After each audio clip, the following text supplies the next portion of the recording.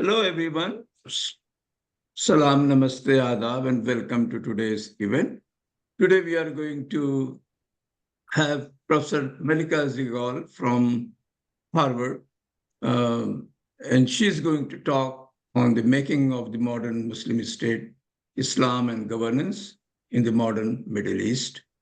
And the concluding remarks will be given by Professor Faisal Devji from Oxford.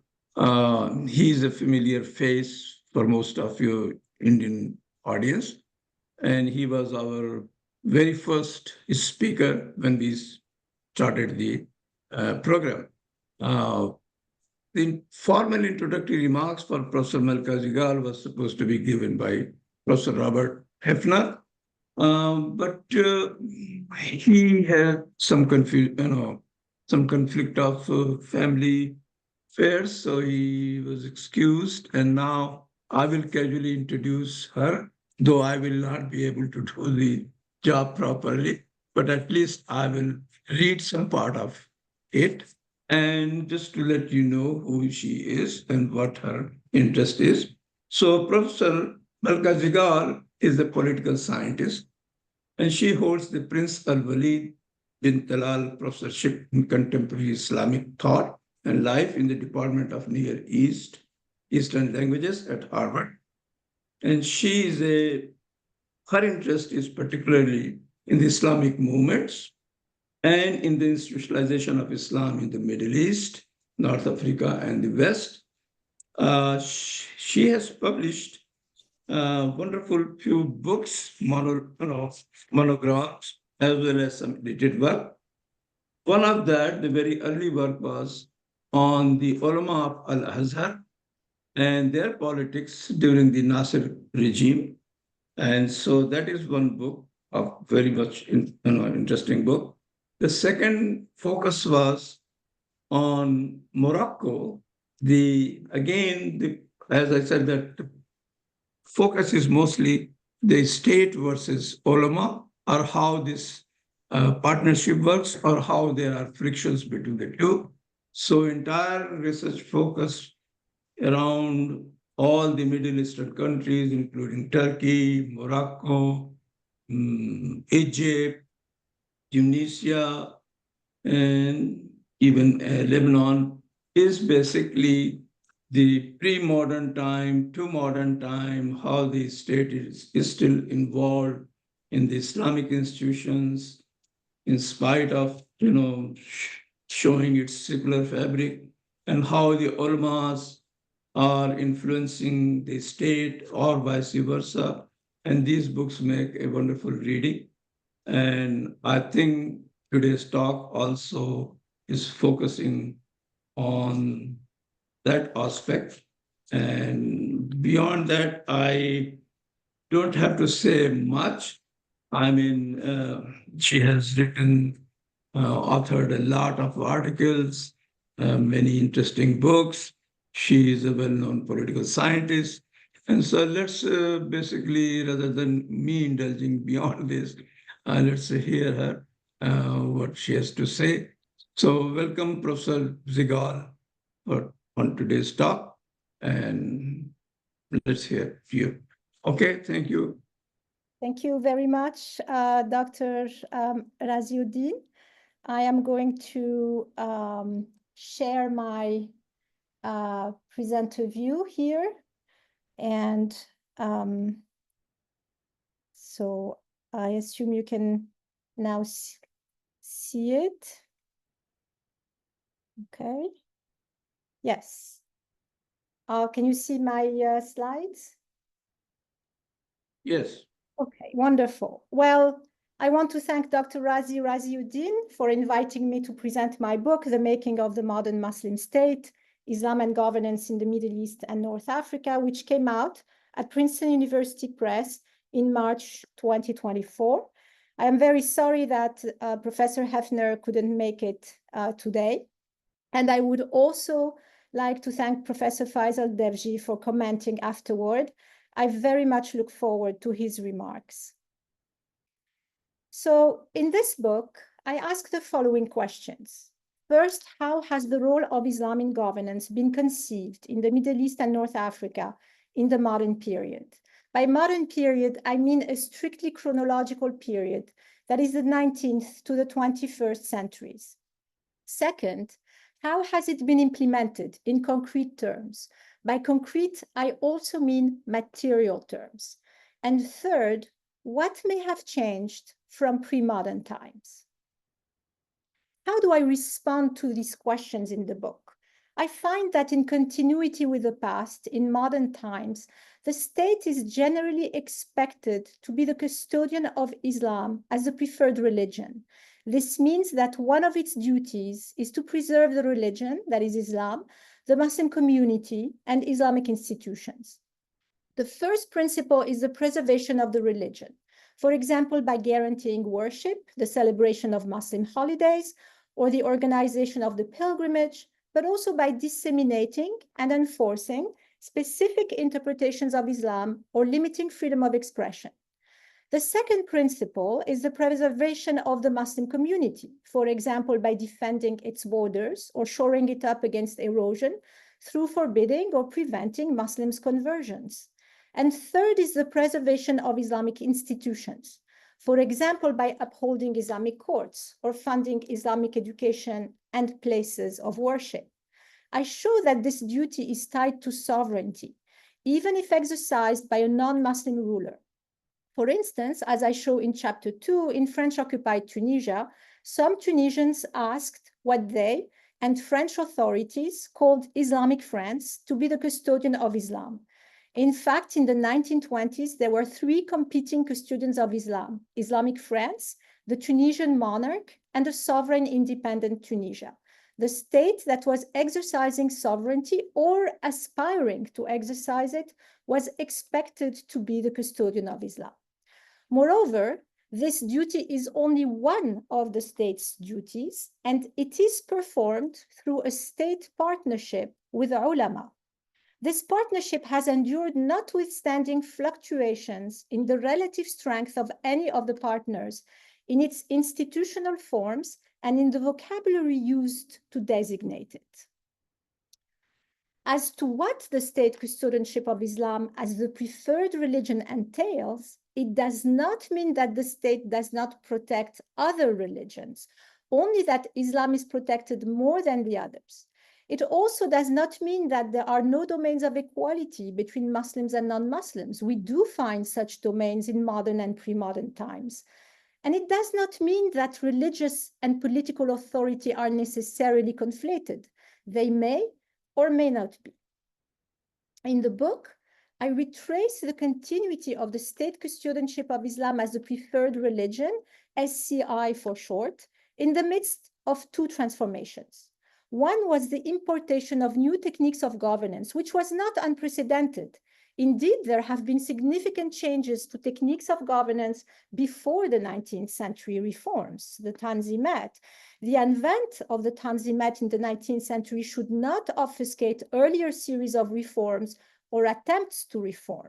However, the importation of constitutions as an institutional form was new.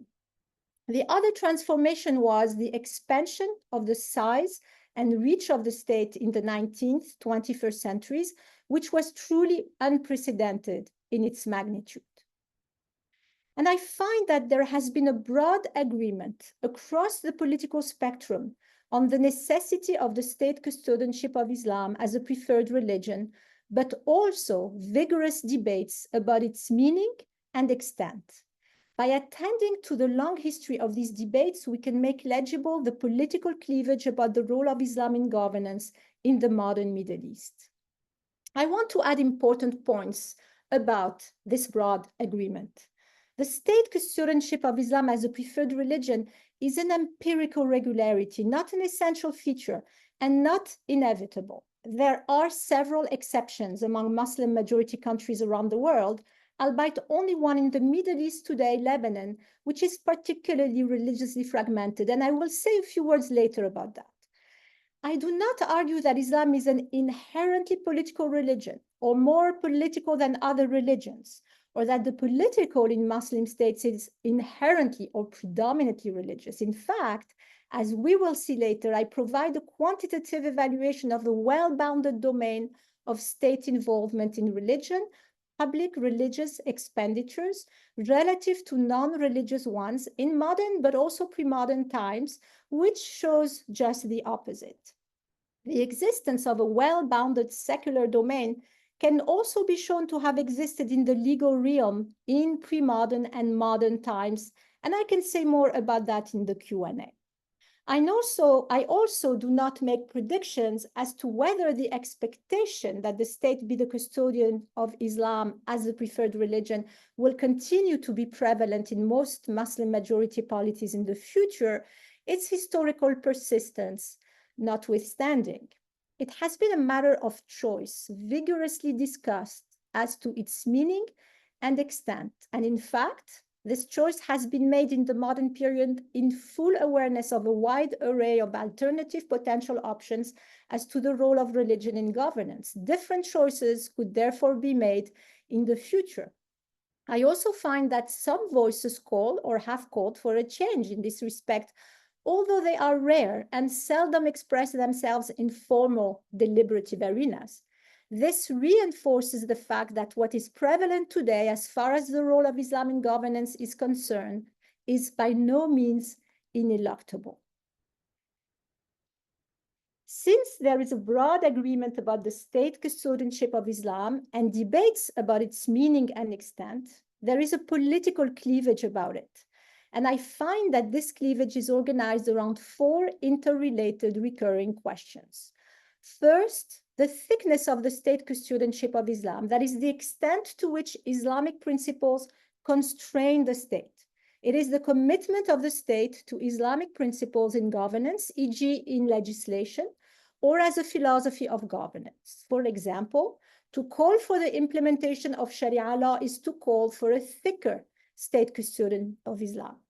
Second, the munificence of the state custodianship of Islam, that is the extent of public religious provisions that the state should make available to Muslims, e.g. mosques, imams, Islamic education, Islamic courts and personnel, Islamic forms of public assistance. It is the state's commitment to Islam from a material point of view. And third, there is the strength of the state custodianship of Islam, that is the extent to which the state should constrain Islam and its institutions with its coercive and pedagogical apparatus, for instance, by imposing its own interpretations of Islam. And finally, the relationship between religion and politics, that is the issue of who can partake in implementing and discussing the state's custodianship of Islam. For instance, should the ulama engage with politics, for example, when speaking truth to power and criticizing the ruler for not fulfilling his duty to protect the religion, the community, or its institutions? Also, can political competition be organized alongside sectarian lines? Or can political activism be based on religion? Can mosques serve as fora for political deliberations and competition? This categorization helps make the debates about the role of Islam in governance legible and follow it through time. It helps separate what these debates owe to historical contingencies from what they owe to the persistence of core principles and questions. In response to these questions, we can discern two camps in a political cleavage. The term two camps, fariqain in Arabic, was used by chronicler Muhammad Bayram in the 1880s in the Regency of Tunis. I use sometimes anachronistically the labels liberal and conservative to capture the gist of what these two camps stand for. In real life, we also find, of course, the labels Islamists versus secularists, but I avoid the term secularist because it implies a project of separation or neutrality. We also find inflammatory or self-serving labels such as reactionaries versus progressives, enlightened or nominal Muslims, and so on. All these labels are contextual, and I do not pay undue attention to them. Also, the liberal and conservative stances in the cleavage are not fixed, but depend on the status quo, which evolves as a result of a tug of war between the two camps. Hence, these stances evolve through time and vary from place to place. We can find this cleavage in authoritarian and democratic contexts, and most contemporary authoritarian governments have imposed what I call an authoritarian synthesis of liberal and conservative stances. So what do liberals and conservatives want? Conservatives argue for a thicker state custodianship of Islam, whereas liberals advocate for a thinner one, that is, for fewer Islamic constraints on the state. Conservatives also argue for a more munificent state custodianship of Islam. They aim to expand the place of Islam in governance by increasing state-funded religious provisions, whereas their liberal adversaries aim to decrease them. On the issues of the strength of the state's custodianship of Islam and the mixing of religion and politics, the picture is more complicated and contextual. Liberals who argue for a thinner and less munificent state custodianship of Islam often also advocate for a stronger one, that is, for its coercive implementation, and would in that case be better described as illiberal progressives. For instance, they often advocate for specifying and enforcing a correct Islam and for imposing limits on their conservative political adversaries' freedoms of expression and association, for example, by outlawing the mixing of religion and politics. However, they seldom argue for separating Islam from the state or for state neutrality, converging in this regard with conservatives. On the other hand, conservatives generally support mixing religion and politics, since they often argue that policies should be derived from religious doctrine. They might call for a weaker state custodianship of Islam when facing state repression, but they might advocate for a stronger one if the state abides by an Islamic philosophy of governance that is to their liking.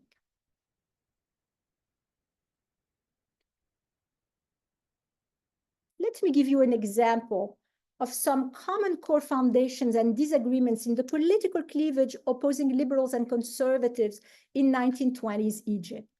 Conservatives argued that the piety of the nation should be increased through education. As for liberals, they also embraced the usefulness of Islamic education, but they aimed to reduce its share relative to other subjects. Also, conservatives argue that Islam is a comprehensive and efficient system that can solve issues of all sorts. As for liberals, they also embraced Islam's social efficacy, but they aimed to reduce its role in governance. And finally, conservatives argued that the state is an adaptable instrument that can be put to work to achieve a thicker custodianship of Islam. Liberals recognized this adaptability, but wanted to thin it and bolster the secular ambitions of the Muslim state. Importantly, this political cleavage preceded the emergence of organized Islamist movements, such as the Muslim Brothers founded in 1928 Egypt. They did not create this cleavage, spoiling a so-called liberal age, as conventional wisdom has it. In chapter 4 of my book, I show that the Muslim Brothers embraced the aforementioned three core conservative tenets of their time, reappropriated pre-existing conservative tropes, such as Islam is religion and state, or the Quran is our constitution, and joined a pre-existing political battle about the role of Islam in governance in a context of mass politics. How does this contrast with received wisdom? The relationship between Islam and politics is typically reduced to the antagonism between organized Islamist movements and supposedly secular states that annihilated religious institutions. However, in the book, I show that most Muslim majority polities in the Middle East have Muslim states, that is, states that are expected to be the custodians of Islam as the preferred religion, and that far from having annihilated Islamic institutions, they unwaveringly financially supported them or their missions. Also, the emergence of Islamist movements is typically explained by socio-economic or other dysfunctions, or by supposedly recent politicization of Islam that we are told is due to colonization, nationalism, and modernization. as if political contentions about the role of Islam in governance did not exist before these modern developments. I show instead that there is no such rupture. The Islamist project, the expansion of the role of Islam in governance, is in continuity with the conservative tradition of political thought that preceded them. And typically, when the role of Islam in the state is acknowledged in the literature, it is assumed to be primarily for legitimacy, identity, or merely symbolic purposes. I show instead that the role of the state has been conceived in a much deeper way than that when it comes to Islam. It is to protect and support Islam, and this duty is inextricably tied to sovereignty, although, of course, it is also often instrumentalized for legitimacy purposes. Let me now turn to the organization of the book. In chapters 1 to 3, I examine the long history of constitutional debates in Tunisia. Its constitutional history is one of the oldest and longest among Muslim-majority polities. This allows for the study of the constitutional debates about Islam in governance in a particularly wide variety of contexts: pre-colonial, colonial, independent nation-state after a fight for independence, authoritarian governance, and a democratic transition followed by a return to authoritarianism.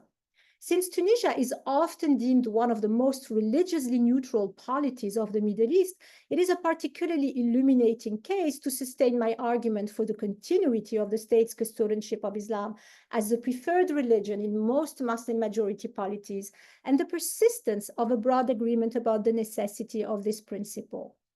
How exceptional is Tunisia in this regard? To answer that, I analyzed constitutional debates about Islam in governance that took place in the 1920s, a period often described as a liberal age, and contrasted with later periods of so-called revival or Islamization, when several Middle Eastern polities in the Mashriq first drafted constitutions for their newly sovereign or quasi-sovereign states.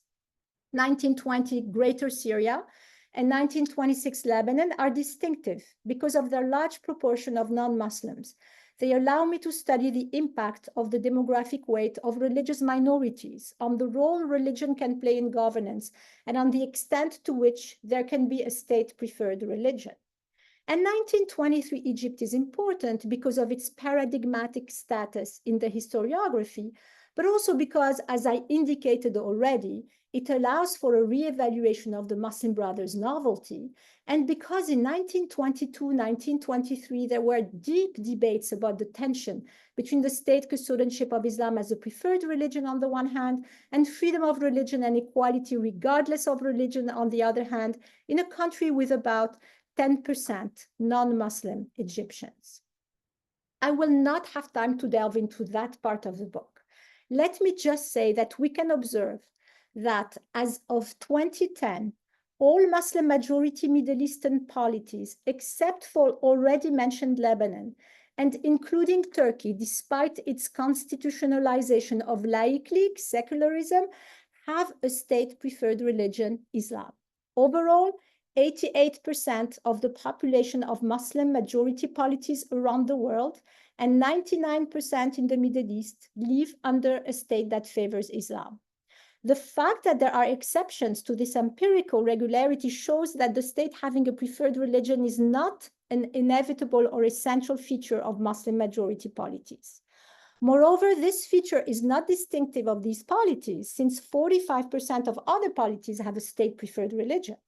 However, it is much more prevalent among Muslim majority polities, and especially so in the Middle East. What my analysis of constitutional debates since the 19th century shows is that this situation is not the result of a recent revival, but a long-standing concrete reality and aspiration.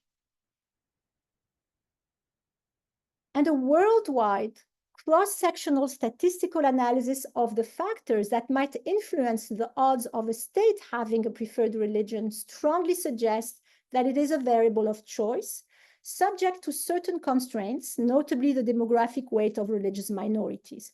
Neither GDP per capita, average years of schooling, nor an index of political rights significantly influences these odds, whereas the demographic weight of religious majority does.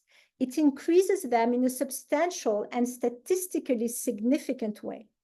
As I show in the first 4 chapters of the book, the anxieties of the majority of being governed by the minority as such, more often than not, trump those of the minorities of not having their rights protected. And I find that in modern times, as in pre-modern times, the issue of the organization and management of religious differences and hierarchies under a Muslim state have constituted a political and legal issue. And this goes against often heard arguments that claim that religious minorities are a modern invention and that Western liberal secularism or modernization are responsible for the discrimination of religious minorities or for sectarianism in the modern Middle East. Let me now turn to the concrete implementation of the state custodianship of Islam, the object of chapter 5 in my book. I estimate public religious expenditures, that is, expenditures on public religious provisions, that is, religious goods made available to the public free of charge, not religious goods produced or distributed within the family. I do so since the late 19th or early 20th centuries in 4 countries, Tunisia, Egypt, Morocco, and Turkey, with an incursion into 1730 Tunisia and 10th century Iraq. And I analyzed debates about their extent, content, and institutional forms of delivery.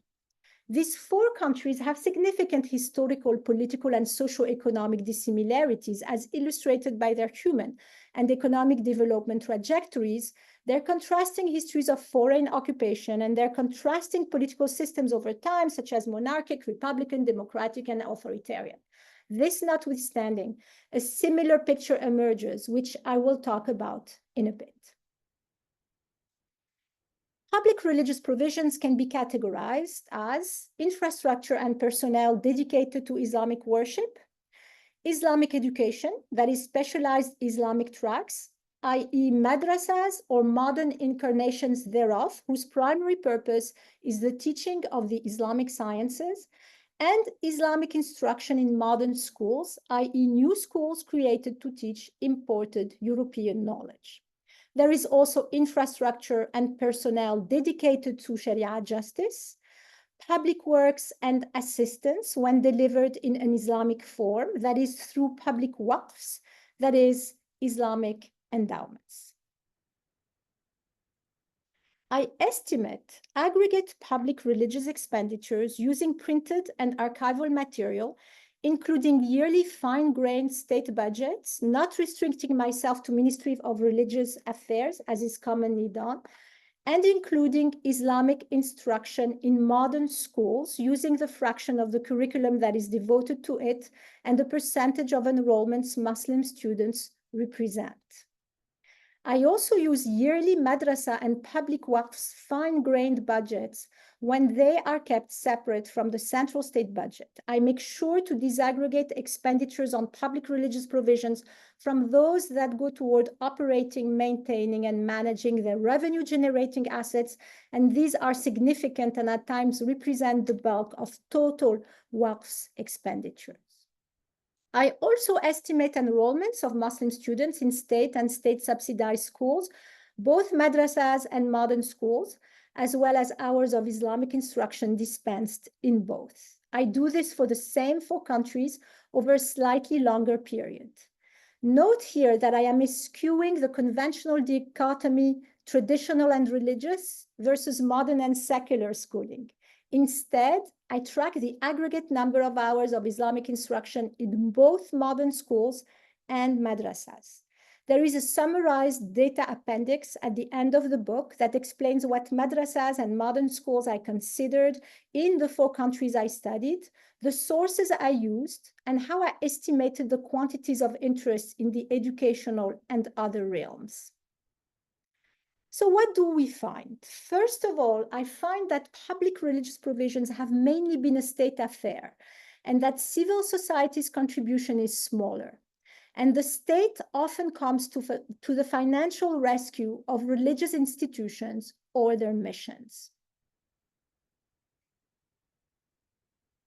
it is often claimed that private voluntary associations provide large amounts of public provisions in the Middle East, especially in the religious domain, a claim that often accompanies narratives about an alleged withdrawal of the state.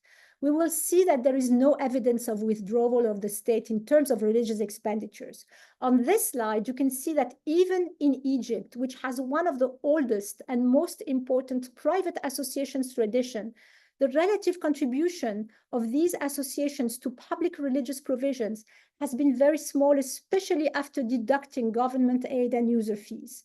In addition, associations are usually not only significantly state subsidized in cash and other forms of aid, but they are also tightly regulated, guided, and leveraged by the state. In the book, I provide analogous estimates for the contributions of private waqfs in Tunisia and Egypt and Sufi brotherhoods in Tunisia in the first half of the 20th century. Second, the state's financial support can be decentralized via public waqfs, which used to be prevalent, or centralized via direct payments from the state budget, which is prevalent today. However, centralization waves or efforts are not distinctive of the modern period. Note that public provisions by public waqfs have been very much state affairs. They have been regulated and managed under the purview of the ruler. To be sure, they were funded not only by rulers and state officials, but also by private, that is, non-state individuals. However, their contribution was smaller, as I show in the book. We can see here that the public waqfs used to provide a large fraction of public religious provisions, whereas today they are essentially delivered through direct state expenditures, that is, from the state treasury. In other words, the state sustains religious institutions and their missions, whatever the institutional form or arrangement, with or without waqfs. As an illustration, here is what the General Secretary of the Tunisian government wrote in 1950. It is irrelevant whether the budget of the public waqfs is balanced or not, since the main thing is to know whether it exhibits a surplus or a deficit, so that the higher authority may use the surpluses or cover the shortfall, as is its right, unquote. This means that not only that religious provisions are a state affair, but also that they will be supplied whatever the circumstances and means of delivery. And more broadly, the state provides its support on its own terms. It reorganizes religious institutions, such as when Nasser in Egypt massively expanded the scope and scale of Al-Azhar after 1961.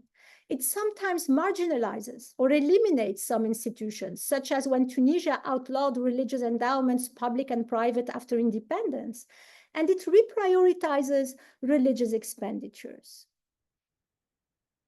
Let me give you an example of such reprioritizations of religious expenditures. In 1848 Tunis, in the context of the reorganization of education, the ruler introduced a new category of professors called second-class professors at the Zaytuna, the madrasa of the Grand Mosque, and increased their salaries.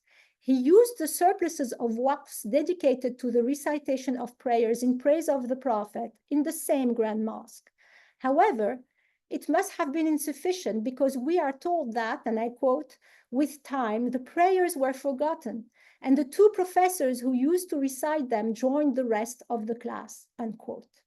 Let me note here that such reprioritizations and reorganizations of Islamic institutions more broadly are not distinctive of the modern period. These frequent state interventions inevitably create political tensions and ambivalence on the part of both ulama and state officials. The ulama want both autonomy and state financial support. They lament state control and alleged hoarding of the real or imagined wealth of the waqfs, but they also often idealize an allegedly past autonomy, self-sufficiency, and munificence of the Islamic endowments. But at the same time, they want to be paid directly from the state treasury, not the waqfs. As for state officials, they seek to control religious institutions and support the fiction of their autonomy to keep the ulama at a safe distance from politics and to better manage the expectations of the Muslim community as to the munificence of the state custodianship of Islam. And where the waqfs have persisted, even when small, they help the state sustain the fiction of autonomy, self-sufficiency, and munificence of religious institutions. For instance, Moroccan Islamic endowments' net revenues have only contributed about 5% of state religious expenditures in the last decades, but their accounts are hidden from public view, and public religious provisions, mainly supported by direct payments from the state budget, are advertised as coming from the waqfs, as in this flashy brochure with the monarch as the main protagonist, surrounded by ulama and officials during the Ramadan lessons in the king's palace. So let us now turn to the extent and evolution of public religious expenditures. First, public religious expenditures are and have been relatively small, especially in relation to GDP, but on display as an important duty. This might come as a surprise, since scholars and political actors alike have often vastly exaggerated the economic importance of the religious endowments, and even more so, the amount of public religious provisions they use to dispense. Second, public religious expenditures may have decreased as a fraction of total state expenditures in the longue durée. Third, they drastically expanded in per capita real terms, i.e. adjusted for inflation in the modern period, with the drastic expansion of the size and reach of the state, especially in education. And fourth, there are disputes between the two camps in the political cleavage about the munificence of the state custodianship of Islam, and therefore short-term fluctuations that are often the result of tugs of war between the two camps. These fluctuations certainly feed the narratives of each side of this cleavage. In his Muqaddimah, Ibn Khaldun writes that the share of religious officials' pay in the ruler's budget is generally small, since the ruler, I quote, gives them their share in accordance with the general need and the demand of the population for them, unquote. He recounts that it was only after showing a skeptical contemporary stray leaves from the account books of the government offices in the palace of Abbasid Caliph al-Ma'mun that he was able to convince his interlocutor. My experience was not too dissimilar from his when working on this topic. As for the importance of the religious professions and institutions, Ibn Khaldun relates them to the ruler's duty to look after the public interest, masalih. Looking at accounts book since the 18th century now, I find, as you can see here, that as a percentage of GDP, state religious expenditures are and have been relatively small. My estimates for 18th and 19th century Tunisia are in the 0.3 to 0.4% range, close to where we are today. In the 20th century, they have fluctuated but range between a low of close to 0% in 1940s Turkey, the result of the Kemalist reforms, and a high of about 1% in 2015 Egypt, after which they decreased under President Sisi. This is also where they are in 2020 Morocco, the result of more attention to religious infrastructure by the Moroccan monarchy after the Casablanca terrorist attacks of 2003. You can also see that in Tunisia, they peaked during colonization at the eve of independence, and that Bourguiba's reforms halved them, whereas in Morocco, they doubled in the decade after independence. Also of note are the fluctuations in Egypt. We see a peak in the 1930s, a trough right before the officers' coup, followed by a pickup under Nasser, although he is conventionally thought of as a secularizer. To put these numbers in perspective, in the United States, expenditures on public religious provisions amount to about 2% of GDP today, but civil society is the main contributor. Finally, in this metric, state religious expenditures pretty much continuously increased in Turkey since the mid-40s, 1940s, with some reversals in the 1980s and 1990s. However, note that, as we will see in the next slide, as a percentage of total state expenditures, They are today slightly below where they were in the early days of the Republic. If we now examine state religious expenditures as a percentage of total state expenditures, we can see for Tunisia that since the late 19th century, they have been a lot smaller than they were in the 18th century. It seems that in the 19th century, they have decreased relative to other state expenditures to make room for them.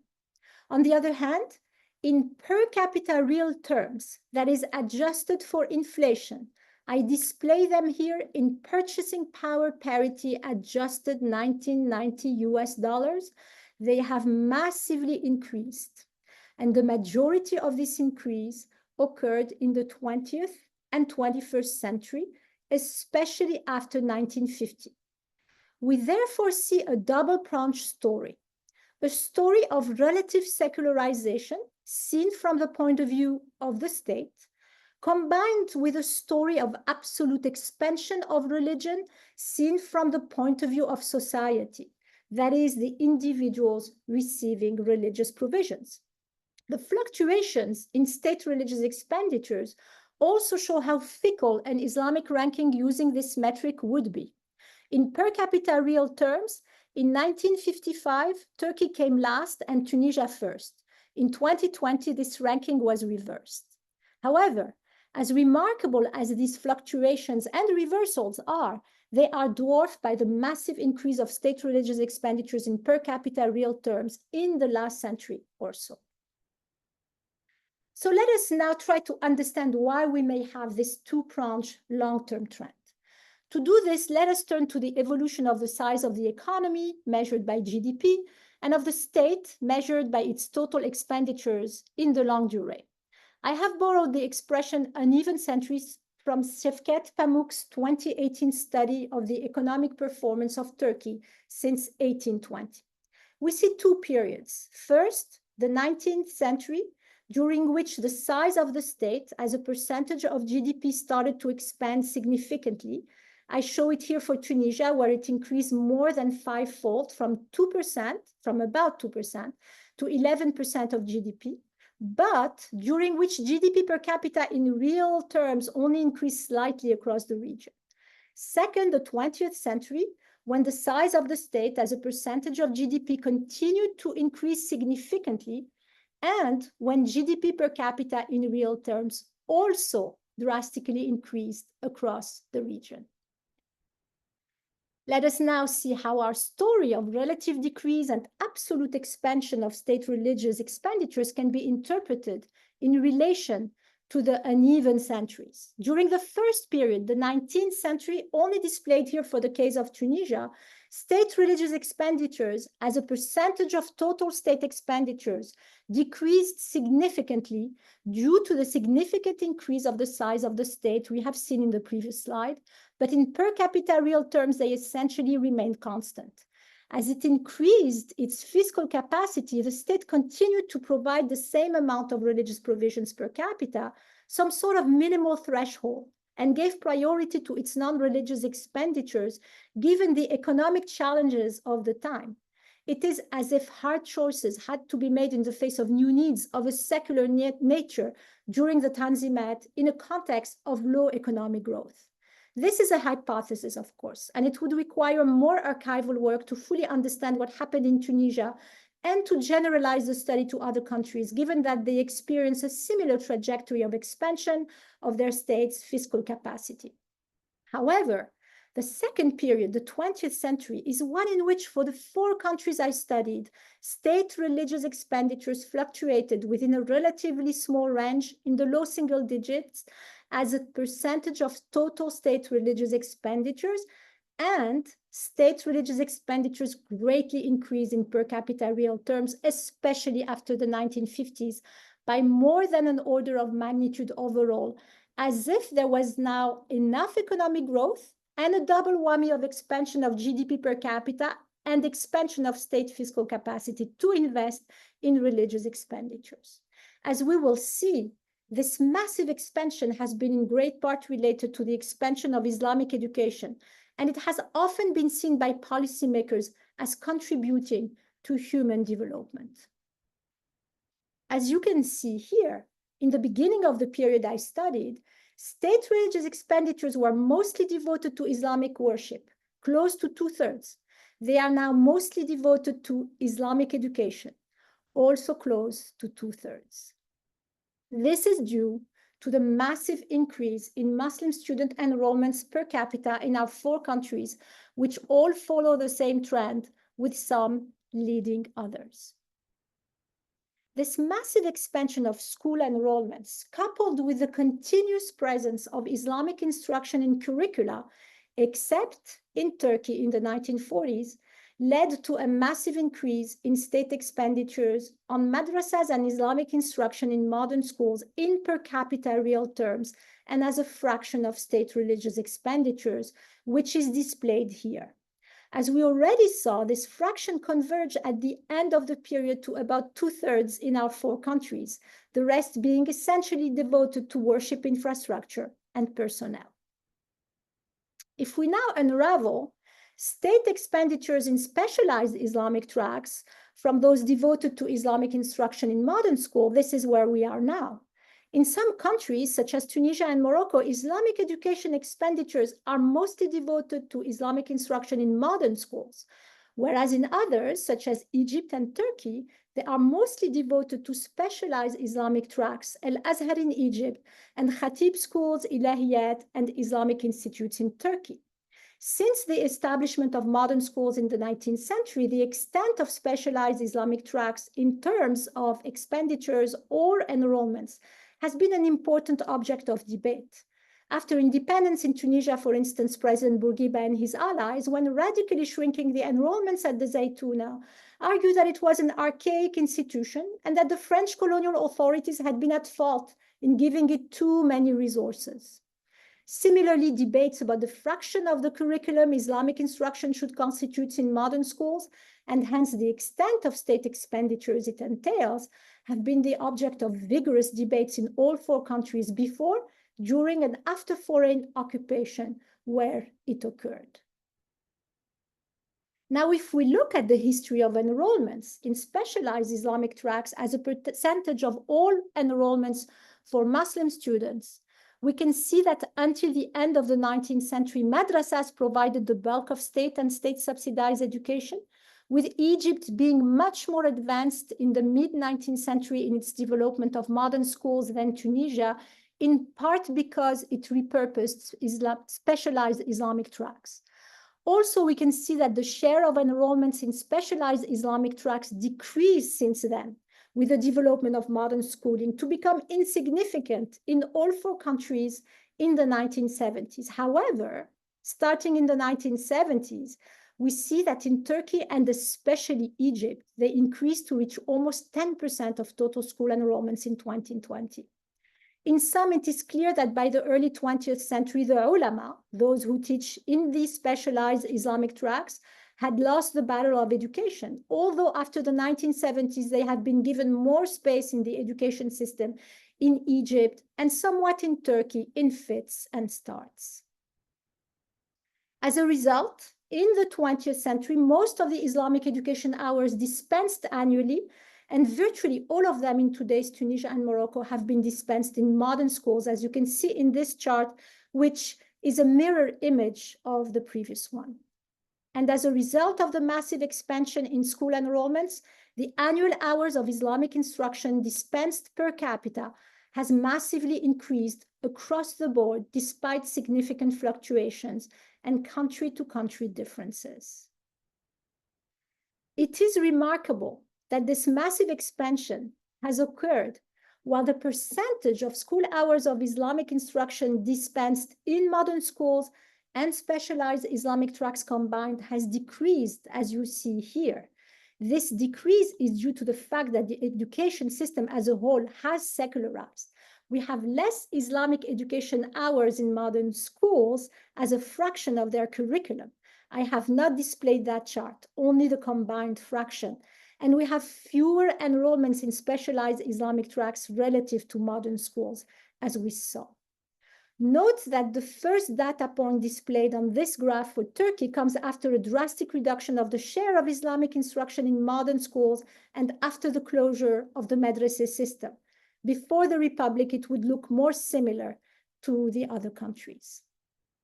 The secularization of education did not go without debates even before the introduction of modern schools. At the Zaytuna in 1871, as we saw in the previous slides, only about 30% of the lessons were on religious topics. This is an excerpt from an official report on the Zaytuna published in the Official Gazette of Tunisia in 1871 that complains that there is too much grammar. 66 lessons out of 148, whereas there are only 38 lessons in Islamic law and 1 lesson of hadith. In a nutshell, the history of Islamic education in state and state-subsidized schools follows that of state religious expenditures. We see a secularization of the education system. The share of Islamic instruction has decreased relative to other subjects, and the bulk of Islamic instruction is dispensed in modern schools, while the per capita exposure to Islamic instruction has massively increased. What can we conclude from all of this? From the material point of view, the state custodianship of Islam is well entrenched, contrary to those who claim that Islamic institutions have been annihilated.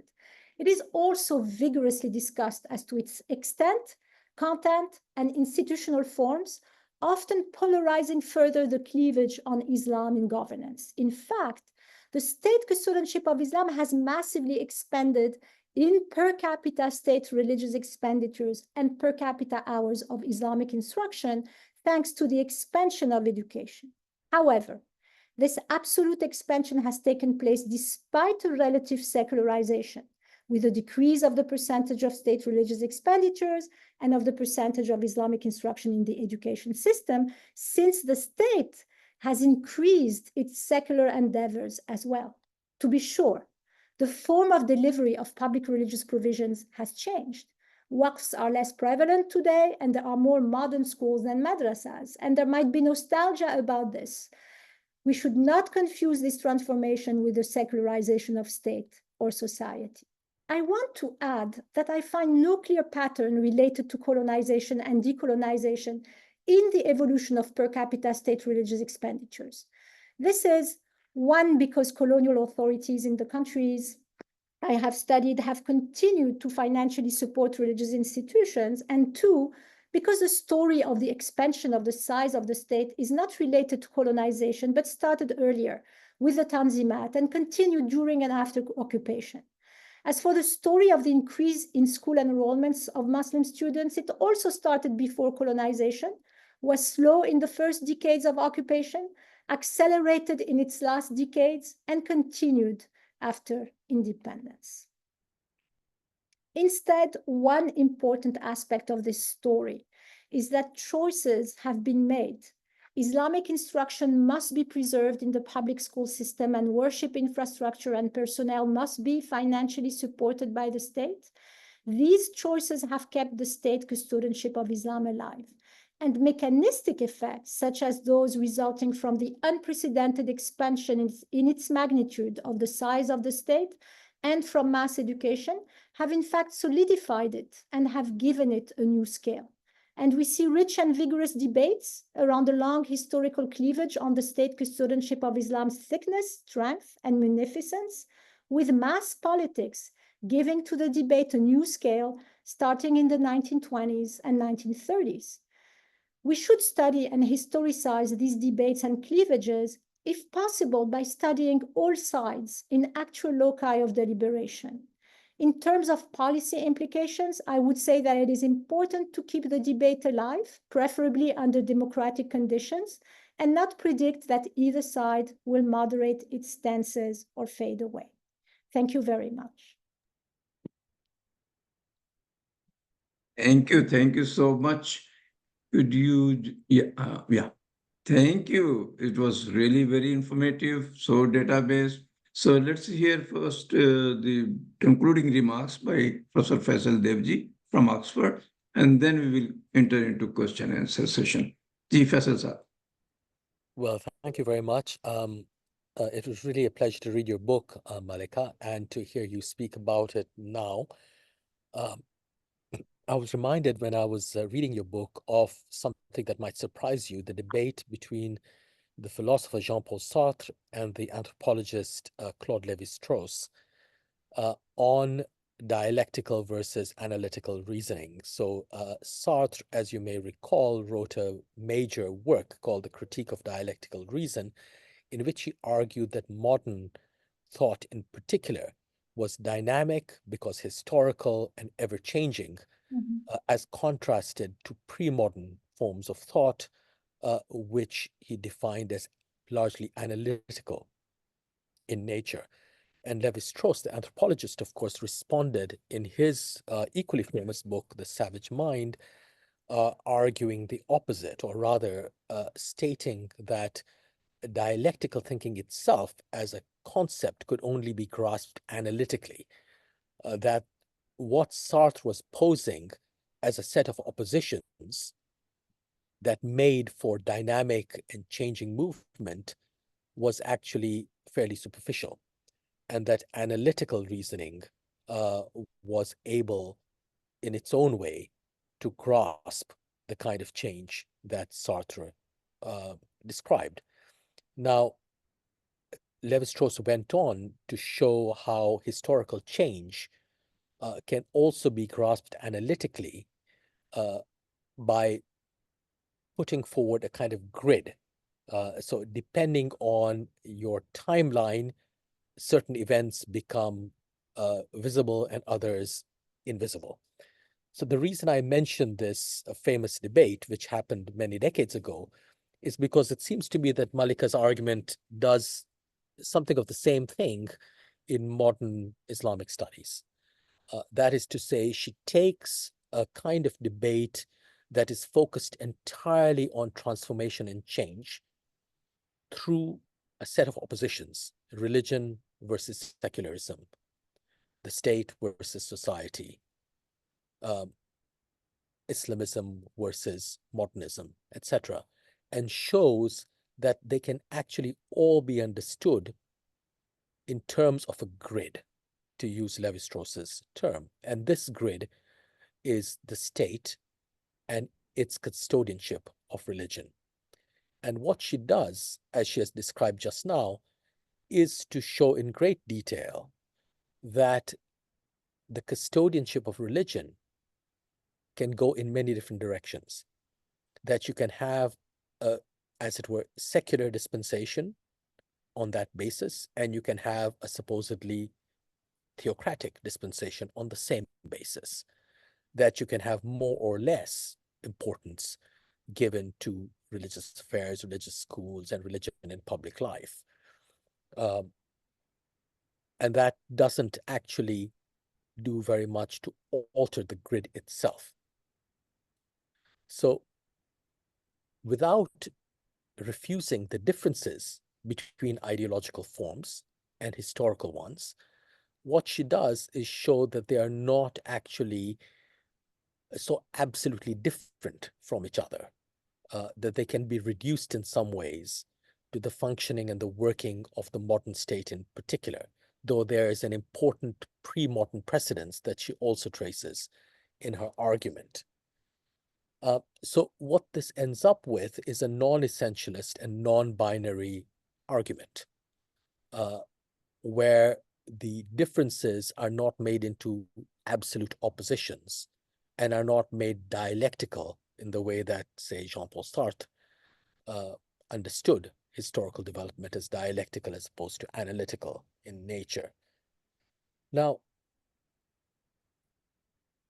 this argument, of course, one of the things it does is it places all its weight on all its transformative weight on one spot, which is to say the uh, expansion of the state uh, and the development, therefore, or in consequence of mass politics.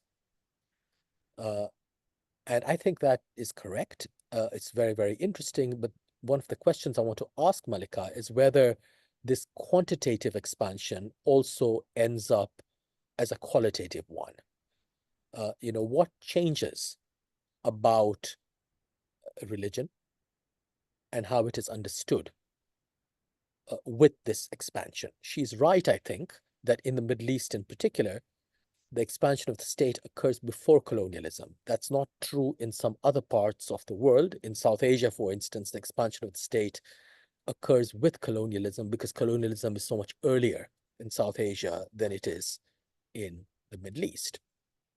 It has nothing to do with the inherent differences between the colonial state and the non-colonial state. And of course, the Ottoman state is arguably colonial in its own way.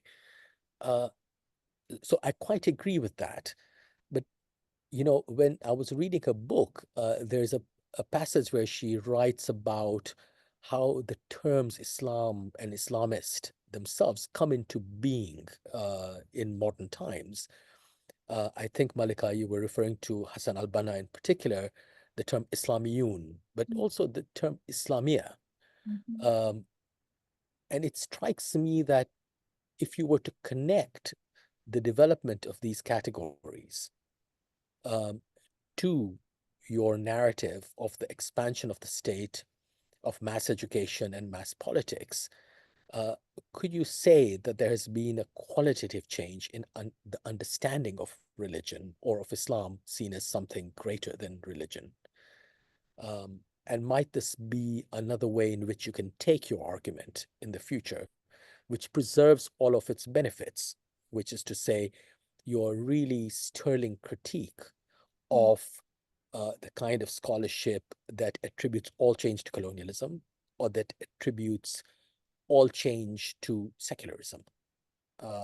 So I think those are benefits that should be augmented and retained, but you can still make a qualitative argument out of the quantitative site of transformation that you already identify in your book.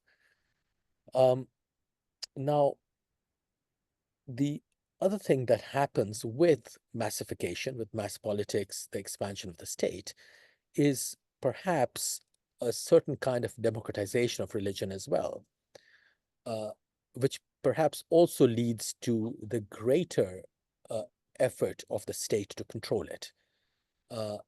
And this, I think, I only mention because you seem to see a kind of fragmentation of Islamic forms of authority. The ulama continue to exist, but they are no longer the only actors. The Sufis continue to exist, though they may have gone into some kind of decline in certain parts of the world, but they're new Islamic actors like the Islamists and Salafists of new kinds and liberals of various kinds. And so there's a fragmentation across the political and ideological and social arena. And that, I think, is exactly linked to the dynamic, Malika, that you identify, which is to say the invention of mass education, mass politics, and the expansion of the state. So it all fits in with your argument, but it would be interesting to hear more about this democratization, this fragmentation of authority, and the changing understanding of what Islam is or means.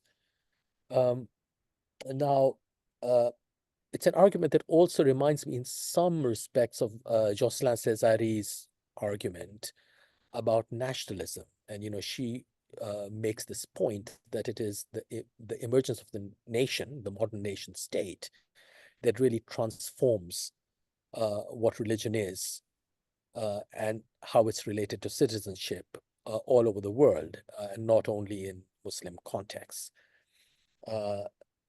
So,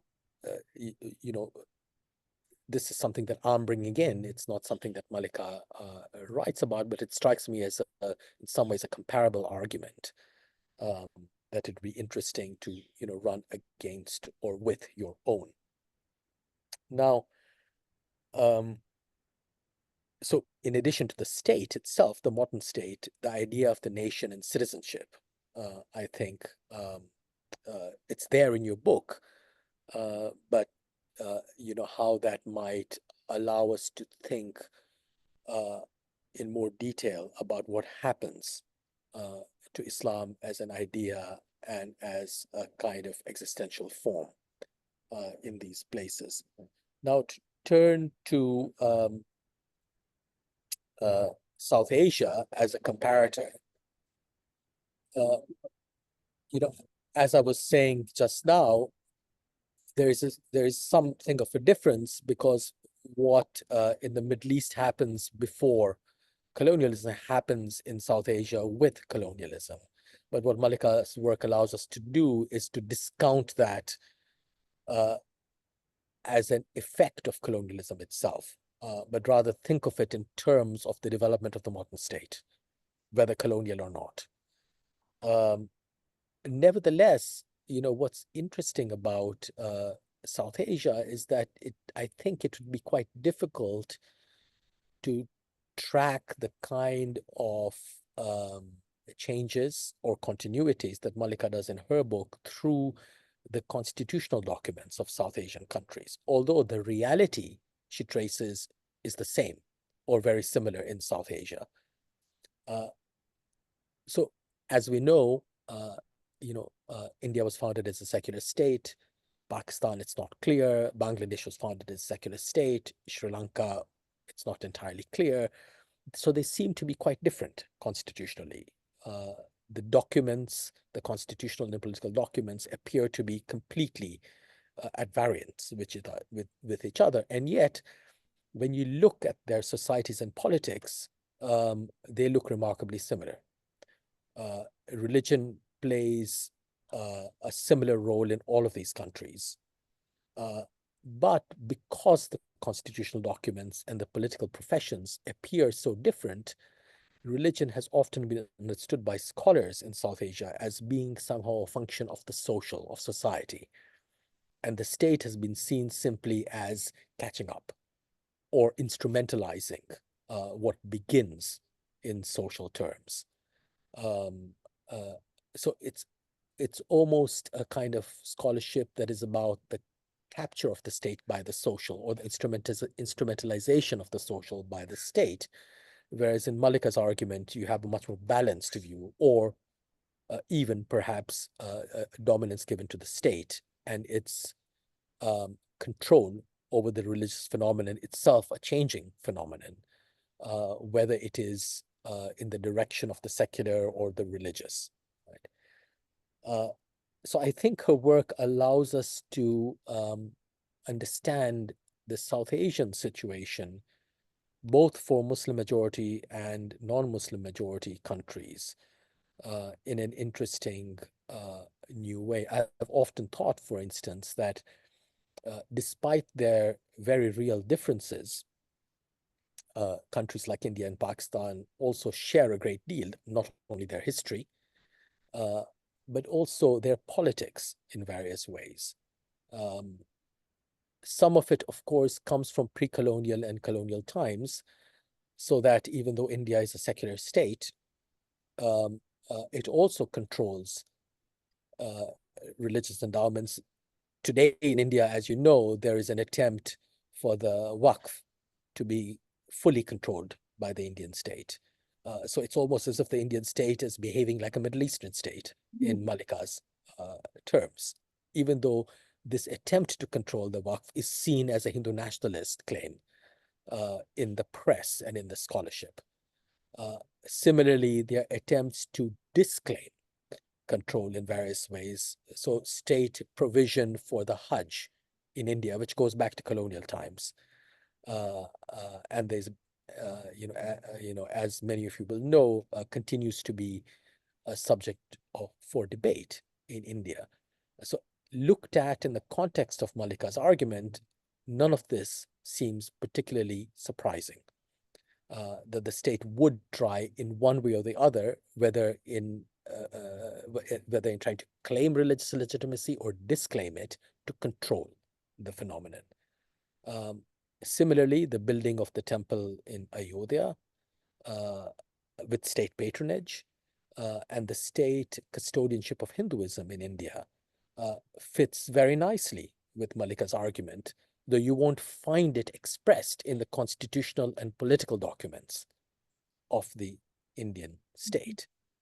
and yet it belongs perfectly well within the narrative that Malika has sketched. So I think, if we expand the remit of our argument, which is already expansive enough because it deals with the entire Middle East,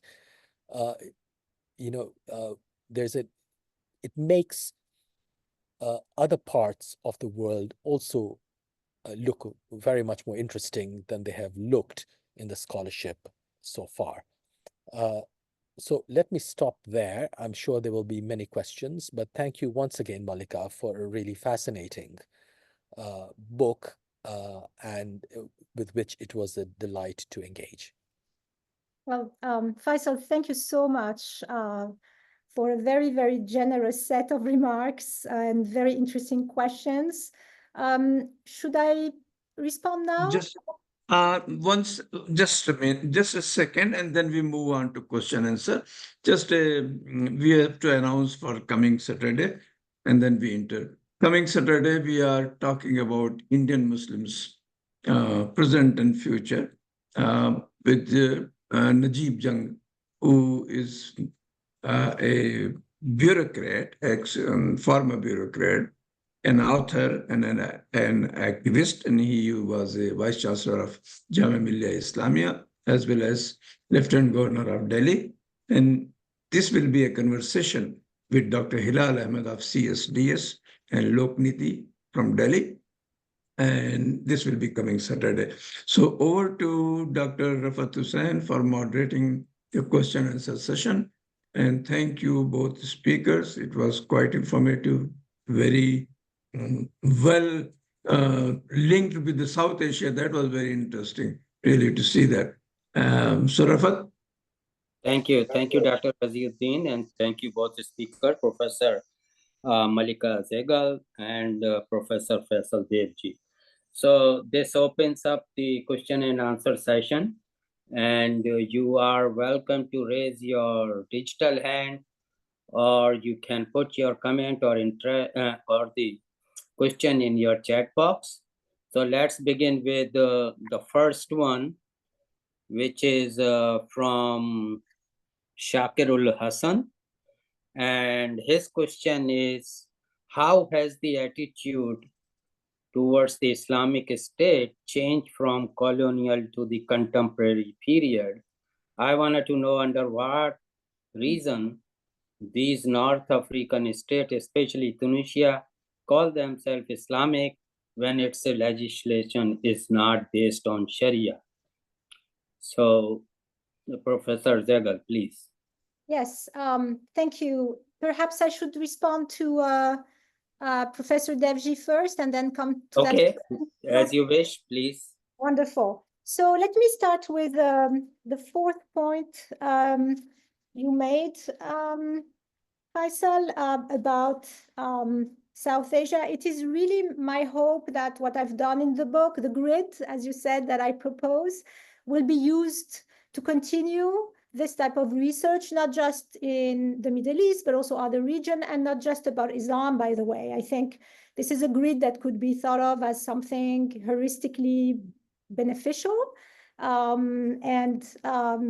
I'm very much hoping that other scholars will be inspired by it and will improve it. And I myself am continuing to work with that on other countries of the Middle East, but also Europe, which I'm very interested in. So thank you for all these remarks about South Asia.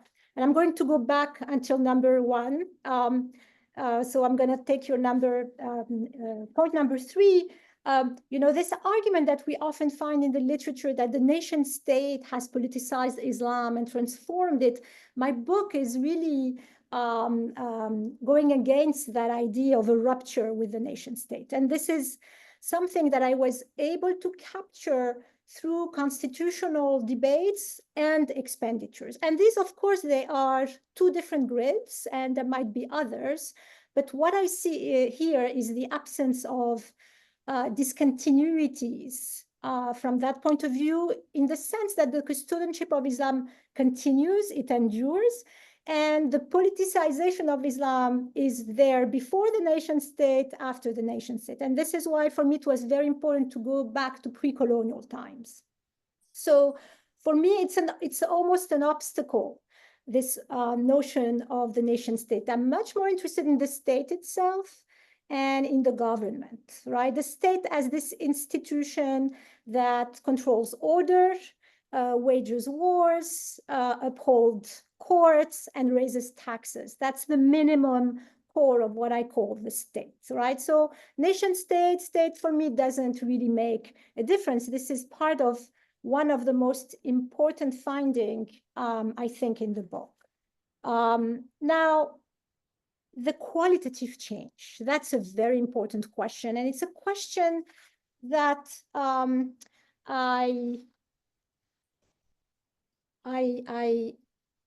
I tackle in the whole book through the debates.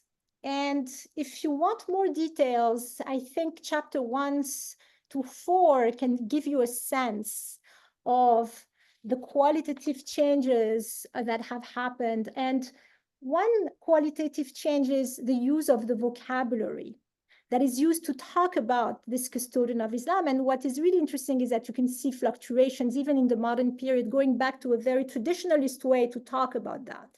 So I had prepared the slide, but it was already so long that I didn't want to add it. So let me share it so that you can see the type of vocabulary that I found in Tunisia in constitutional debates. Here it is, sorry. It's always a bit complicated to go to the, so you should be seeing it. I hope you see it. And so I tracked here for my presentation the type of vocabulary that would be used to talk about this custodianship of Islam. And so, for instance, Qawa'id al-Sharia, or not being contradicted, was part of the 1850s discussion with the idea of government according to revealed law, siyasa sharia, which is a very old, of course, term. And then we see it being modernized, if you will, on the model, by the way, of what we see in European constitutions at the time. The official religion of the country is Islam, right? And I find in a draft in Tunisia the term that Islam is the official religion of the country and of its army. Just to give you another example, when the Egyptians discussed their what is going to become the 1923 constitution, they refer to this type of vocabulary: Islam, religion of the state, or Christianity, religion of the state, or the state being a Christian state, by referring to, of course, the 1876 Ottoman Constitution, but also many European constitutions, right? So you see here qualitative changes that you can track through vocabulary. And just looking at the long constitutional history of Tunisia, you can see that there is a more traditional vocabulary that comes back around 2014. The state is the custodian of the religion, Ra'ayat ad-Din, right, which is a very traditional concept. And then in the 2022 constitution, Sharia is not evoked, but what is called in the constitution the aims of Islam is quoted. The purposes of Islam in preserving life, honor, property, religion, and freedom, which is also a very traditional, very old way to talk about this custodian of Islam, right? And as I showed also with quantitative data, what is now spent is not the same. Now it's more about education, right? So one question I have for myself, and about which I'm very cautious, but you are right to ask it, Faisal, is in the end, are people more or less religious in the Middle East, or are they religious in a different way, right? So I'm assuming that, of course, it must have changed something to have access to religion through mass education, or to political discussion via mass politics, right? But I'm very cautious here because I don't want to go too far, trying to describe what it means from the subjective vantage point of individuals. All right, the type of research I have done does not allow me to do that yet. So this is a very broad answer, and an answer that is also recognizing that there would be more work to be done on that, but with the appropriate data, the appropriate sources. And it's very difficult to understand change, qualitative change. You know, you do not have survey from the 19th century or even the early 20th century. So you would have to choose your corpus very, very well, right? And so that would be another endeavor that I hope young scholars could also take up. And I hope the book will inspire, you know, historians, social historians, cultural historians, but also economic historians to do more on both fronts, the quantitative and the qualitative. Thank you, Professor Zeghal. So next question is from Alia Almedar for Professor Devji. So Yes. that is, what about the similarities that Isa Hussain found in how the British colonialism contained Sharia in law, especially in Pakistan, Malaysia, and Egypt? What do you think of her approach? Could you repeat the question? I'm sorry, I was... This question is for Professor Devji.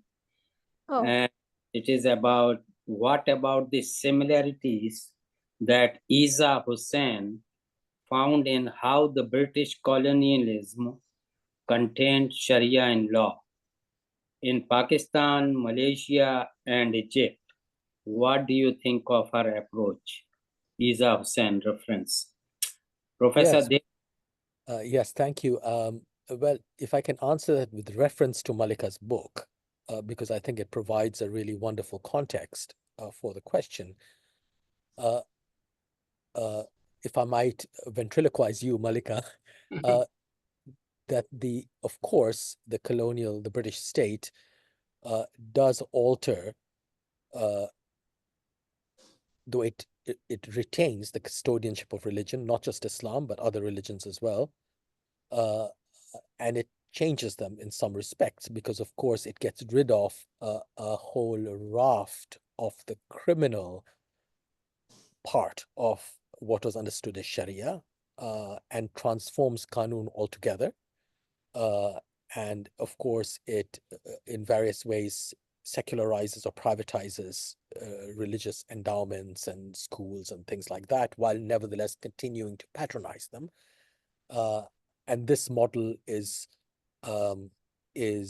developed in India and then taken to other parts of the British Empire. But put into Malika's framework, of course, it looks very much like one version of what any modern state does with religion. The difference being that in some parts of the British Empire, it is Islam that is the major religion dealt with, and in other parts it is Hinduism. But otherwise, the colonial state is the version of the modern state that continues to exist after independence. Thank you.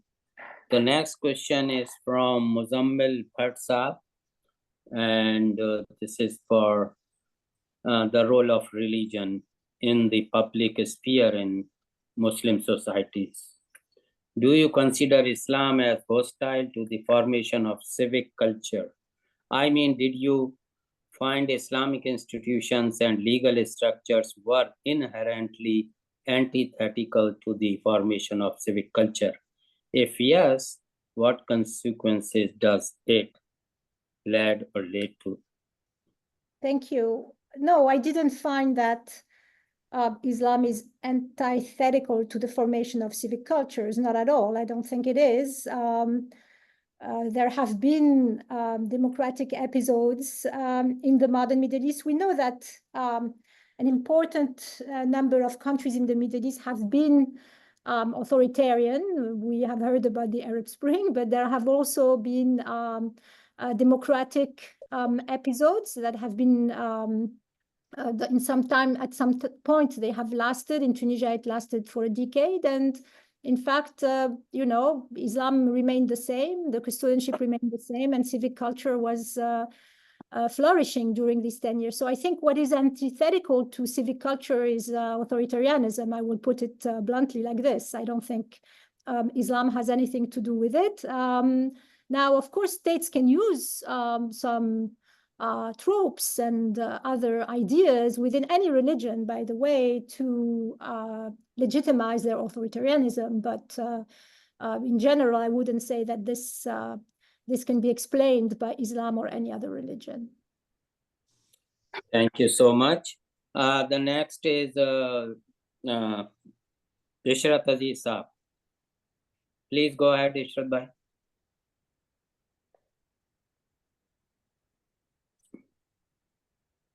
Thank you, Rafat. Can you hear me? Yep. Yeah. I listened to the talk, let's say, the presentation with great attention. And to me, the last sentence is the most memorable. And it's advice to policymakers. Do not suppress debate. The other side will not fade away. I think this is something very important. To me, my questions will be very common sense questions. The real issue always has been how to maintain the unity of the group. It is something that predates religion. To me, tribalism, religion, and nationalism all came for this purpose, to maintain the unity of the group. And they are really mutated. Religion is a mutated form of tribalism, and nationalism is a mutated form of religion. My question is, what is the purpose of religion? Unity of the people or individuals' spiritual salvation? If it is both, then what is primary? Thank you. That was my question. Okay, this is a very deep and complex question. I'm not sure I can answer it. It's almost a theological question that you're asking here. What I can say is that what I've discovered in my research is that there is tension between the principle of the state custodianship of Islam as the preferred religion and minority rights. So, and this is a question about unity, right? How do I preserve unity and harmony in a society and at the same time make one religion, put one religion above the others? And again, I want to make sure it is understood that this does not mean that other religions are not protected. They usually are, or there is a subset of religions that are, but less than the preferred religion, which you find in constitutional vocabulary when constitutions say that Islam is the religion of the state or that the president has to be a Muslim. This is what you find. So what I track is this tension. And the way this tension is expressed, of course, changes. It changes because of contingencies. It changes, you know, in colonial times, pre-colonial times, and it also changes when the weight of the minority becomes more important. It's more complicated to impose a state custodianship of Islam as a preferred religion when you have a highly fractionalized society like Lebanon. And so what I found is that, and perhaps this is also a note of optimism, is that there is always a sense in which, even with the most conservatives, you want to preserve the unity and the state custodianship of Islam at the same time. And it doesn't matter for most people if this is contradictory sometimes, but what you see is a will to be united, but to have this custodianship of Islam. And I think you will see it most, more particularly in chapter 3 of my book. With the Islamists, you know, wanting to be a modern democracy, a full democracy, and at the same time a Muslim state in Tunisia after the revolution of the Arab Spring. And they compromised. The liberals didn't want to have Sharia in the constitution. They accepted it, and they said, we will be democratic and Muslim, and this doesn't prevent us to fight later in courts to impose Sharia law as we see it, right? And I think this was some sort of a context in which it was possible to debate for 10 years without entirely destroying this moment of democracy. It ended into a new episode of authoritarianism, but there was a will to compromise. In some instances, there isn't. In Egypt, for instance, there was no will to compromise, perhaps because the Islamists had won the vote in a much more important way, in a landslide. And so this changed the dynamics of the debate. But yes, for me, from the point of view of policy, what is very important to let the people, continue to debate about this very important question. Thank you. Thank you. Next person is Dr. Abdul Jabbar. Thank you. As usual, it's a fantastic discussion, both main presentation as well as the remarks, concluding remarks. Remarkable. Thank you for that. So my question, I wanted to explore your thoughts. So if you look at the Constitution of Medina, put by Prophet Muhammad in the city of Medina. So do they, when they think about the Middle Eastern modern states as Muslim states, Islamic states, have they gone back to the document and to construct their view of the society, how they want to construct the society? That thought came into them? It must have. I think it's an important document. I think in terms of, for the first time, I think, somebody put together multicultural, multi-religious document to govern, even though it's not a state. He was not representing a state, Prophet Muhammad at the time. But I think that's a very important document for everybody, I think, irrespective of the religious traditions. Thank you. Thanks. So I have seen a reference to the Constitution of Medina in one instance in my work during the discussions of the Constituent Assembly in Tunisia between 2011 and 2014. And so the Nahda Party, which is inspired in part by the Muslim Brothers, brought in this constitution as a reference, but did not discuss its details. It was more like a flag or some symbol rather than, getting into the nuts and bolts of such a text, which is already very complicated and that scholars have had, it's not an easy text to always understand and agree on in terms of historical scholarship. So it was more like a reference to say we're going to be an Islamic state on the part of some members of the Nahda Party. I've seen it once, but no more than that. But of course, I haven't looked at all constitutions of the Middle East, only a small part. This this is directed to Professor Faisal. I have read your articles, the New York Times, the Hindu. Recently, you talked about I just posted that in the search for a majority in the Indian context. So what do you want to kind of for us to understand your thought process in that context? Now this is 2021, I think you wrote that article, and then now 2024 you have a government continuation of the same government for the third time. So now you also mentioned about the Waqf. I read about it. So can you kind of little bit talk about that a little? Well, I won't Yeah. address it for too long because it's not part of Yeah, the subject I of know, this I seminar. know that.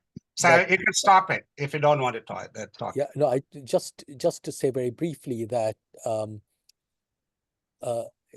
you know, from the beginning of the Indian national movement in the 1880s, you have had a debate about what kind of democratic or political majority is possible in India. And, you know, as I'm sure we all know, by the into the early 20th century, you have two kinds of arguments. One is that a democratic majority is possible in India, which is made up of various different castes and religious groups. And on the other hand, you have the Muslim League's argument, but not only the Muslim League, that there is no democratic majority possible in India because only a communal or a permanent majority is possible, a majority made up of a specific religious group. And that is non-democratic by definition because it's a permanent rather than a changeable majority. And a lot of the debate about independence and eventually the partition of India had to do with how democracy was possible there. Eventually, of course, partition was meant to solve this problem, but ended up not solving this problem, as we know, on both sides of that border. But the argument continues in various incarnations. So I think it's very interesting how a late 19th century concern, even before the establishment of an independent state, which is to say the representation of a majority becomes a long-running one through Indian, Pakistani, Bangladeshi, etc. political thought. Thank you. Wonderful. Thank you. The next is Ala. Please go ahead. Assalamu alaikum. Thank you, Professor Malika, for the amazing talk, and congratulations for the book. My question is that Iram Lapidos, the Orientalist, he mentioned in one of his articles that there was a division between the political and the religious domains even before the modern Islamic State per se. But he differentiated between the division in the classical Islamic State and in the modern times by demonstrating that before the modern times, the ulama were interpreting Sharia based on how they understood Sharia, and the governor was only executing what they said. But in the modern times, the political governor is actually like intervening in how Sharia is understood. And that is why Islam wasn't politicized the way that I understood from what you said. And I wonder if you agree with that, how that change this narrative of continuity of the Islamic State. Yeah. And yeah. Yeah, thank you so much. This is very interesting. In fact, in the very beginning of the book, in the first pages of the introduction, I start with the idea of a partnership. And this idea of a partnership I take from several historians of early Islam, and in particular from Muhammad Qasim Zaman, who has, explained that there has always been a partnership, perhaps with one small parenthesis between the ulama and the state, and that it's difficult to talk about a separation. So my argument does not really adhere to Ira Lapidus's idea of separation, in which the ulama would independently and autonomously interpret Sharia law, and where the ruler would simply just execute that. I think the idea of a partnership is much more interesting, because of course it can fluctuate. So sometimes the ulama can fire a ruler, but the ruler is usually the one who has firepower. And so I started with this idea of a partnership. Not that the partnership is always the same, but what I find is that today there is a partnership.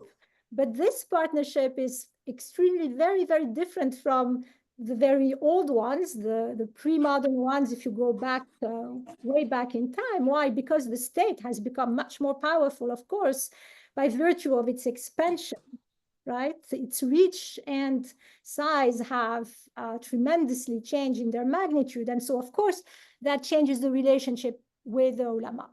But to say that the ulama were entirely independent in pre-modern times seems to be a bit far-fetched. And this is what I tried to account for in the book, to try to build on this continuity. Although, of course, I recognize that the contingencies of this partnership have changed. And this is not a book about the early decades of Islam or the early centuries of Islam, but a book about modern Islam. And I hope there will be even more work that can go back in time. And Muhammad Qasim Zaman's work has been very, very inspiring in that regard, because I think he has set the record straight when it comes to the relationship between the ulama and the ruler. So I hope that answers your question. Thank you so much. The next is Dr. Nazir Ahmed, and after that, I will take a liberty to invite Barbara Metcalf for her expert comment. So let's begin with Dr. Nazir Ahmed. Thank you, Professor Zeghal and Prophet Devji, for this very illuminating discussion, which presents challenges both of definition and context. The context is dictated by history, and that in turn dictates what we understand by terminology. As an illustration, for instance, if we look at the evolution of madrasa, the term madrasa, the madrasa in the Abbasid period was not the same as it was in the Seljuk period, and even in the Mughal period and the Ottoman period as compared to the modern madrasa.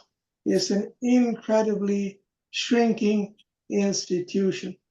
So the question is, when we collect data and discuss quantitative information from the data, besides the pedagogical benefit of it, how much can we extrapolate on the basis of this data, especially if the data predates the modern period, to its application for modern life? Specifically, isn't it true that around the year 1700, there was a profound discontinuity as applied to Islamic civilization in as much as its relationship to the rest of the world, namely the emergence of economic centration? Much of the data has been collected in the colonial period, and certainly the colonial period is within this overall paradigm of economic centration, which continues to this day. So my question is... Yeah, I didn't hear economic centralization. Yes, which is, let's call it American, whatever we want to call it, American domination of the economic sphere in the world. My question is this: Sharia, that is, if we look at the Islamic State, Sharia, the role of the ulama, and so on, do we construe of it as a static tool, or is it not a dynamic tool that has been bestowed by God Himself for the well-being, the falah of human beings? And if so, in your vast studies, what new ideas have emerged in the modern world to apply the principles of ijtihad to the new paradigms that we face in the world today? Thank you. Okay, so I think there are a lot of layers in your question, so I'm not sure I can do justice to all of them. But let me say two things. In the book, I recognize the transformation of forms, and the two particular examples are education, so with the madrasas, which continue to exist in many places but have been modernized. So I recognize that the madrasa of, let's say, Mamluk times in Egypt is not Al-Azhar today. It has nothing to do with that. It's many more students, a lot of labs, scientific education, as well as Islamic education.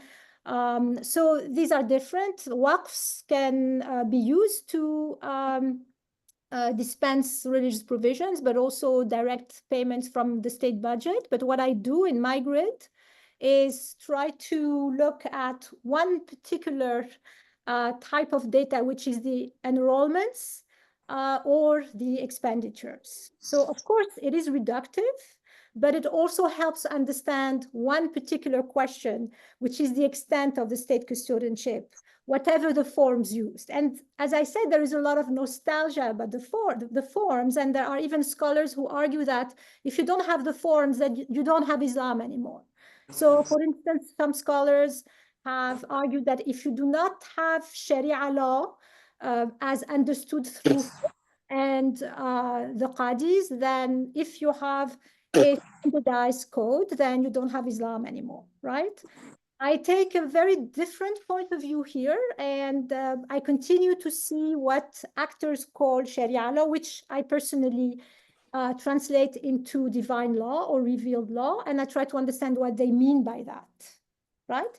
And so I try to take seriously what actors do, be it the state, the ulama, political actors, and to understand what they put into those different institutions. But when I measure enrollments and when I estimate, for instance, expenditures for religious education, I put together the madrasa and the modern school, but I'm also able to disentangle them, right? To try to understand how it has changed. Thank you so much. And now I invite Dr. Metcalf, and after that I have one raised hand and one comment, one question from Mr. Saleh. So, Dr. Metcalf.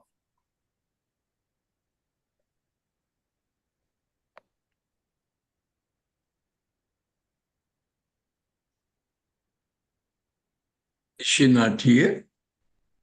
She is there, but maybe. Okay, let's. She is. Yeah, she is still there, but. Here, perhaps now you can hear me. Okay. Yeah. I don't know that I have anything in particular to add to this extremely interesting conversation. I think all I would comment on is the extent to which, in my own experience, how pervasive the institutions of the ulama are at the very basic level, in the sense that they are can be individuals, a place of resort for advice, for guidance, for decision of everyday problems. I picture in my mind a madrasa in Old Delhi or a mosque in Hyderabad or a place like that, so that these are living and vital institutions. I think that's the only comment I would want to make. Thank you. Thank you so much, Dr. Metcalf. The next one is from Mr. Saleh, and he is wondering whether you might have any quantitative comparison of state expenditure on religion in Middle East nations. You examine versus secular nation outside of the region. I ask because of the recent debate in the US on government tuition voucher program at religious schools. Yes, so let me first say a few words about what Barbara Metcalf said. First, I keep wonderful memories of a workshop we had at BU together a very long time ago, so it's really nice to see you.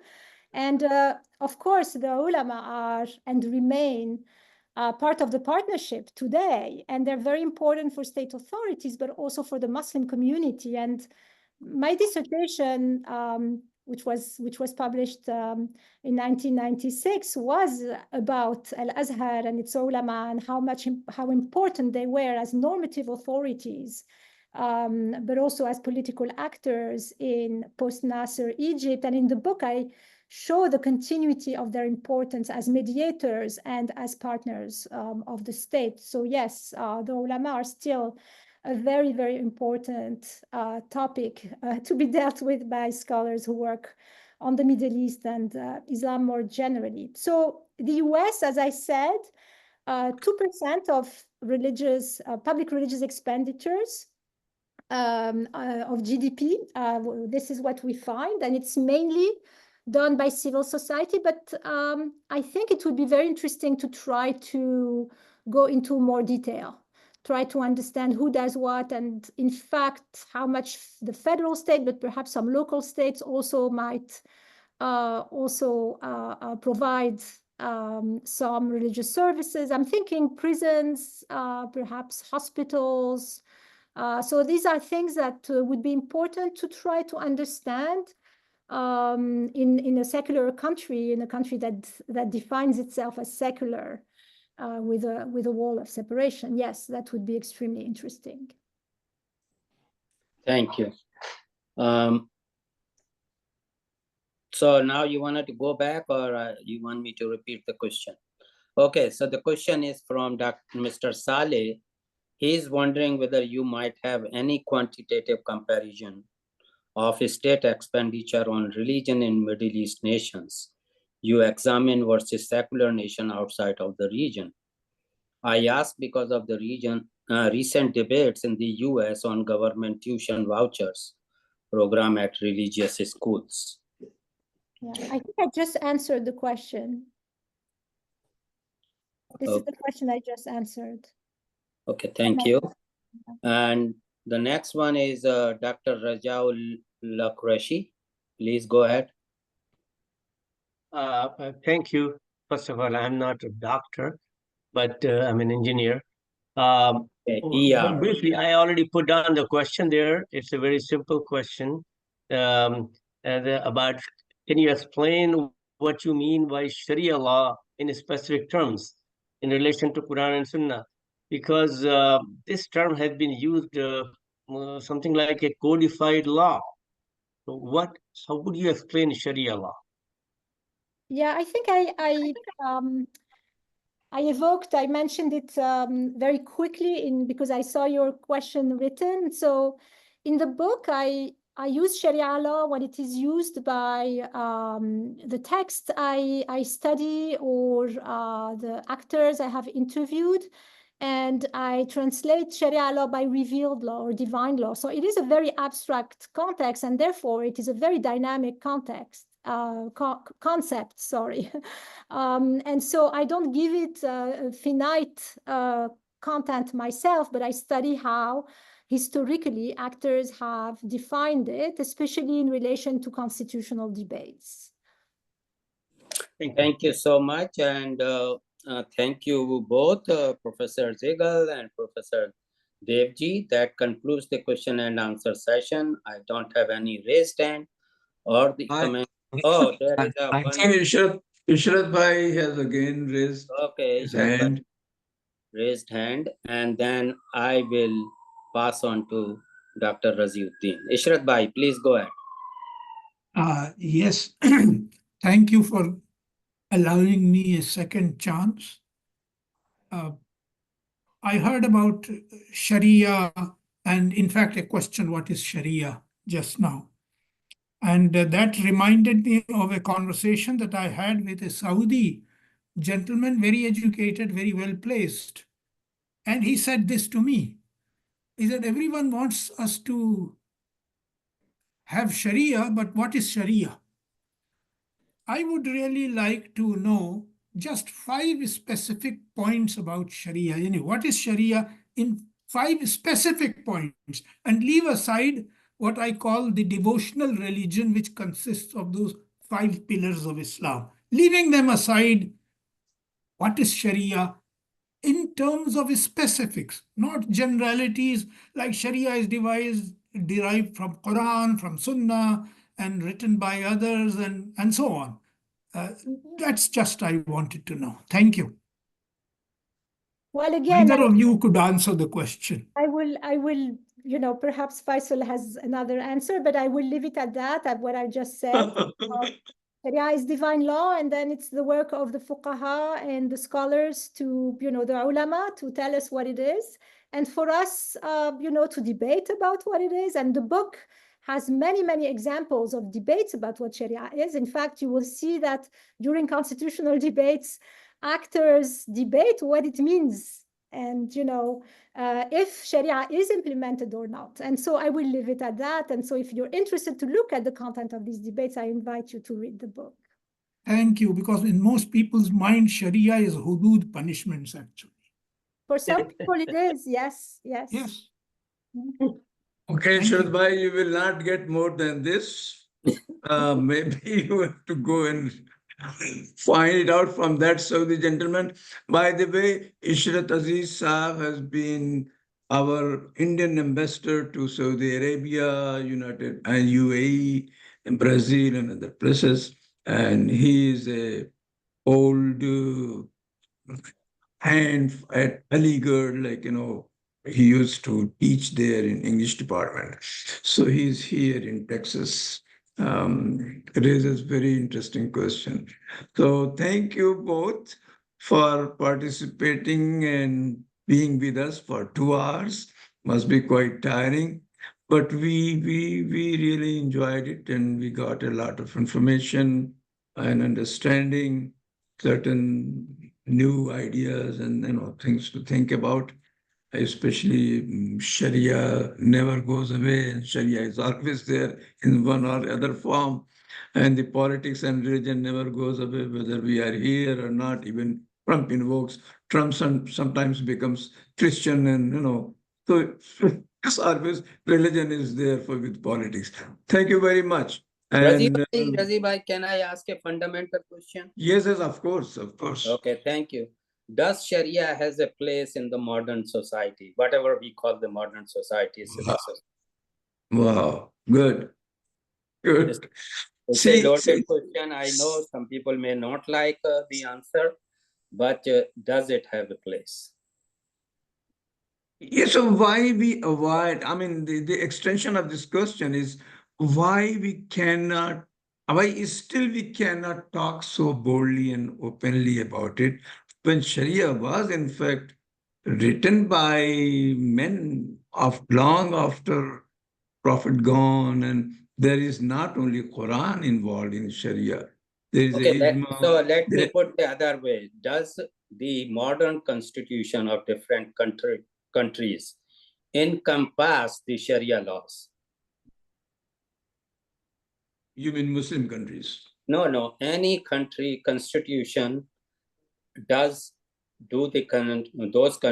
constitutions encompass some laws or Sharia laws, not entirely, but can you find some laws, Sharia laws in the constitution?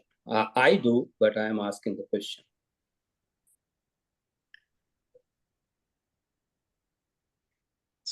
They're not leaving you.